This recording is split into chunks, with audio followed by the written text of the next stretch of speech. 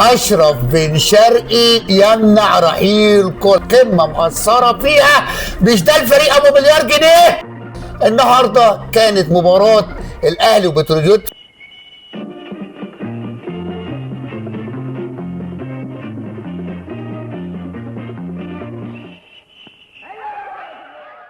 بسم الله الرحمن الرحيم. اللهم صل وبارك على سيدنا محمد صلاة عبد قلت حيلته ورسول الله وسيلته، فرج عنا ما نحن فيه بسر بسم الله الرحمن الرحيم.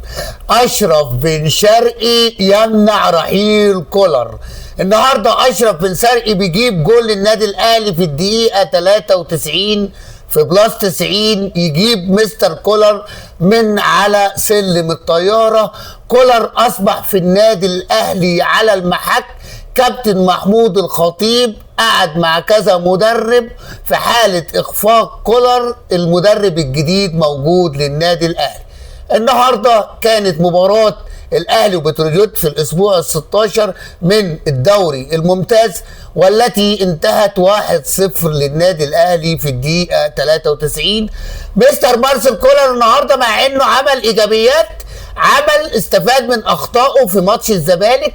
النهارده لعب بالتشكيل اللي كل جماهير النادي الاهلي كانت مستنياه يلعب بيه في مباراه القمه.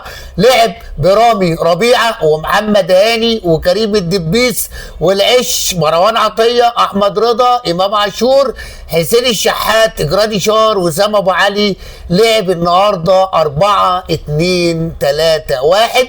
النادي الاهلي الشوط الاول شوط للنسيان، كان شوط مش كويس من ناحيه النادي الاهلي. لازم نثني على محمد يوسف وابنائه وعلى نادي حرس الحدود، ولازم نقول حرس الحدود ما وصلش المركز السادس من فراغ.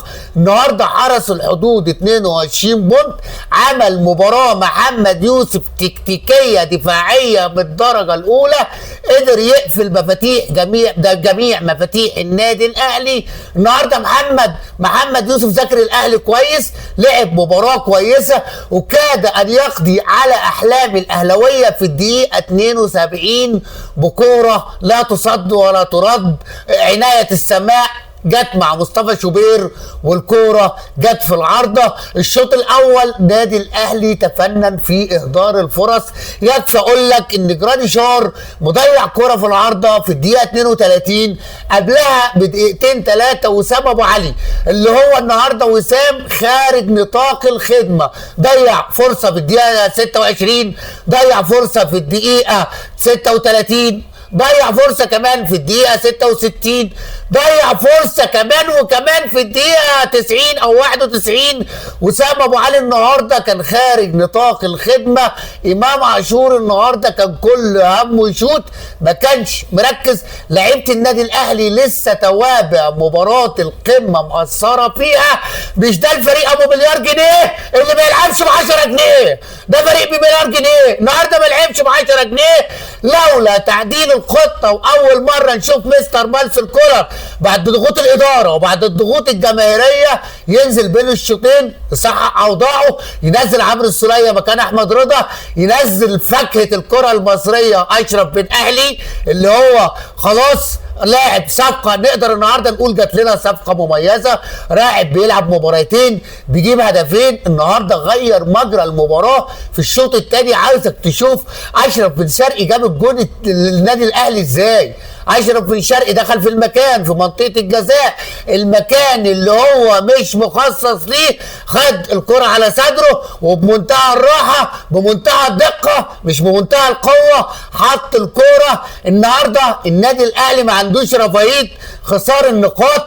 الاهلي بيوصل للنقطه 36 بالتساوي مع نادي بيراميدز الاول مؤقتا بفرق الاهداف.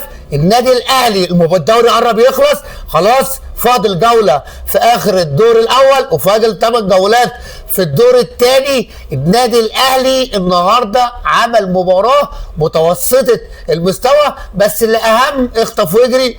3 بونت مهمين النادي الاهلي. النادي الاهلي عاوز اسال حضراتكم سؤال النهارده، النادي الاهلي النهارده لاول مره مستر مارسيل كولر يلعب باثنين مهاجمين، لعب بجرانشار ولعب باسامه ابو علي. هل الطريقه دي صحيحه؟ عايز اسمع رايك في الكومنتات، اعمل شير للفيديو. شكرا ليكم، سلام عليكم.